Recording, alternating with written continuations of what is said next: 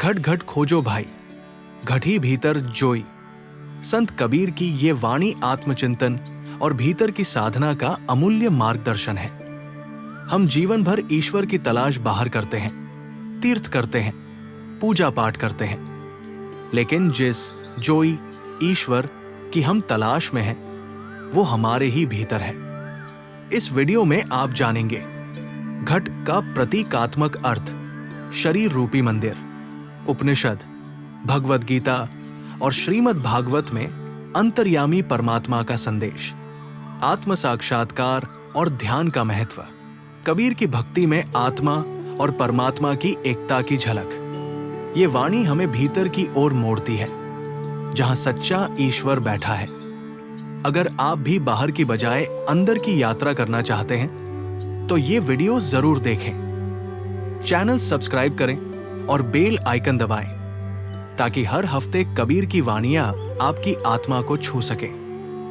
Comment करें, क्या आपने कभी ध्यान में ईश्वर का अनुभव किया है? वीडियो को शेयर करें उन सभी साधकों के साथ जो सच में परमात्मा को पाना चाहते हैं। कबीर का दोहा, घट घट खोजो भाई, घट ही भीतर जोई। सदगुरु का शब्द न चीन्हा तो घट ही रहा न खोई। भावार्थ, संत कबीर इस दोहे में आध्यात्मिक खोज और सदगुरु के ज्ञान की महत्ता को दर्शा रहे हैं। वे कहते हैं कि ईश्वर बाहर नहीं बल्कि हमारे भीतर ही विद्यमान है। लेकिन यदि हमने सदगुरु के वचनों, ज्ञान को नहीं पहचाना तो हमारा जीवन व्यर्थ चला जाएगा। घट घट खोजो भाई, घट ही भीतर जोई। हे भाई, तू ईश्वर को हर स्थान पर खोजता फिरता है, लेकिन वास्तव में वे तेरे अपने हृदय घट में ही बसे हैं। बाहर भटकने के बजाय अपने भीतर झांक, वही तुझे असली सत्य मिलेगा। सदगुरु का शब्द न चीन्हा तो घट ही रहा न खोई। यदि तूने सदगुरु के वचनों, ज्ञान को नहीं पहचाना तो तेरा मन और आत्मा जीवन भर भटकते रहेंगे। सच्ची खोज बाहरी साधनों से नहीं बल्कि सतगुरु की शिक्षा और आत्म जागृति से होती है। आध्यात्मिक व्याख्या 1. ईश्वर की खोज भीतर या बाहर। बृहदारण्यक उपनिषद 1 अप्रैल 2010 में कहा गया है, अह ब्रह्मास्मि, मैं स्वयं ब्रह्मा हूं, परमात्मा मेरे भीतर ही स्थित है। कबीर मृग, हिरण और कस्तूरी की कहानी से समझाते हैं कि हिरण अपनी नाभि में स्थित कस्तूरी की सुगंध को बाहर जंगल में खोजता रहता है। ठीक उसी प्रकार मनुष्य भी परमात्मा को बाहरी मंदिरों, तीर्थों और कर्म कांडों में खोजता है, जबकि वे तो स्वयं के भीतर ही बसे हैं। ईश्वर को पाने के लिए कहीं बाहर जाने की जरूरत नहीं, बल्कि आत्म जागृति आवश्यक है। श्रीमद् भागवत 10.87.22 में कहा गया है, अंतर्यामी सर्वभूतानाम। ईश्वर सभी प्राणियों के भीतर अंतर्यामी रूप में विद्यमान है।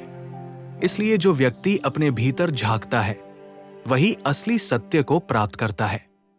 2. सद्गुरु का महत्व, आत्मज्ञान की कुंजी। भगवद गीता 4.34 में श्री कृष्ण कहते हैं, तद्विद्धि प्रणिपातेन परिप्रश्नेन सेव्या।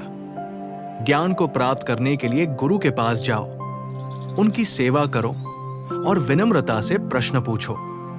कबीर के अनुसार गुरु के बिना आत्मज्ञान संभव नहीं है। गुरु का कार्य हमें यह दिखाना है कि जिसे हम बाहर खोज रहे हैं वो हमारे भीतर ही मौजूद है। जो व्यक्ति सद्गुरु की वाणी को नहीं समझता वो जीवन भर भटकता रहता है। महर्षि वशिष्ठ ने राम को उपदेश दिया, गुरु बिना आत्मज्ञान असंभव है। इसलिए गुरु ही वह दीपक है जो आत्मा के अज्ञान को दूर करते हैं। 3. आत्म जागृति, वास्तविक मोक्ष का मार्ग। कठोपनिषद 1 फरवरी 2012 में कहा गया है, आत्मान रथिना विद्धि शरीर रथमेव तु। मनुष्य का शरीर एक रथ है और आत्मा उसका सारथी है। इसे सही दिशा में ले जाना हमारा कर्तव्य है। कबीर का संदेश यही है कि संसार में इधर उधर भटकने से कुछ नहीं मिलेगा। जो व्यक्ति ध्यान, सत्संग और आत्मचिंतन करता है वही असली ईश्वर को जान पाता है।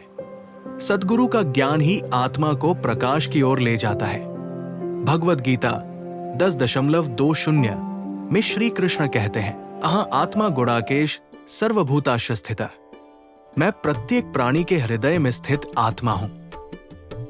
इसलिए असली यात्रा बाहर की नहीं, बल्कि भीतर की होनी चाहिए। सांसारिक जीवन में इस दोहे का महत्व बाहरी तीर्थयात्राओं और कर्मकांडों से अधिक आत्म जागृति पर ध्यान दो। गुरु की वाणी और शिक्षाओं को समझो, तभी आत्मा को ज्ञान प्राप्त होगा। संसार में व्यर्थ भटकने से कुछ नहीं मिलेगा। असली खोज आत्मा के भीतर है। ध्यान, साधना और सत्संग से अपने भीतर के सत्य को पहचानो। निष्कर्ष, ईश्वर बाहर नहीं, हमारे भीतर ही विद्यमान है। जो सद्गुरु के ज्ञान को नहीं समझता, वो जीवन भर भटकता रहता है। माया और बाहरी दिखावे से बचकर आत्म जागृति की ओर बढ़ो। सद्गुरु की शरण में जाओ। ध्यान और साधना से आत्मज्ञान प्राप्त करो। ईश्वर को बाहर मत खोजो, वे तो तुम्हारे हृदय में ही बसे हैं।